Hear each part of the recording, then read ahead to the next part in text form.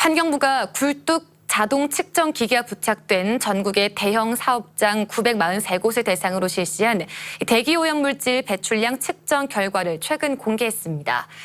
2023년도 기준으로 포항제철소는 전년 대비 약 40% 증가해 포스코가 또 사업장 1위를 차지했습니다.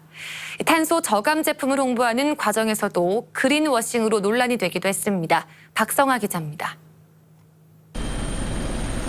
석탄을 연료로 철강을 생산하는 제철소.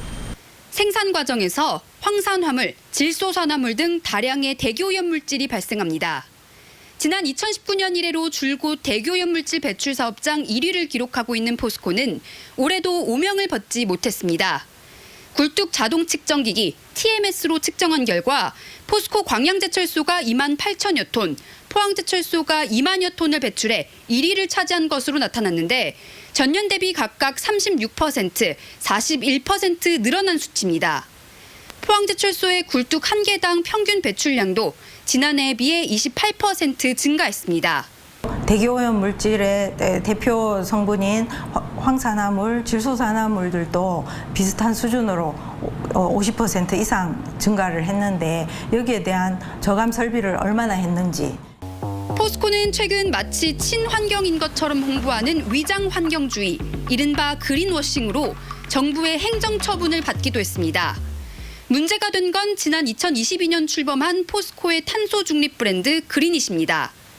특히 그린잇 철강은 탄소 배출을 줄인 철강 제품이라고 홍보하고 있는데 환경부는 이 홍보 표현 중 일부가 탄소 저감에 대해 구체적이지 않고 포괄적인 표현을 사용해 오인 소지가 있다며 그린워싱이라고 판단했습니다. 해당 철강 제품은 탄소 저감이 일반 철강 제품과는 다르지 않았단 말이죠. 이러한 과장된 문구나 거짓된 문구를 사용했고요. 그리고 탄소 없는 철을 만든다, 뭐 이런 식의 표현을 썼는데 이것 또한 근거가 없는 것이죠.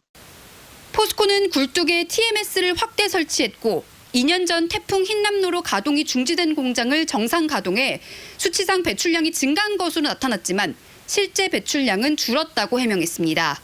또 그린워싱 문제와 관련해선 그린워싱 검토위원회를 설치해 유사 사례가 발생하지 않도록 할 예정이라고 밝혔습니다. MBC 뉴스 박성아입니다.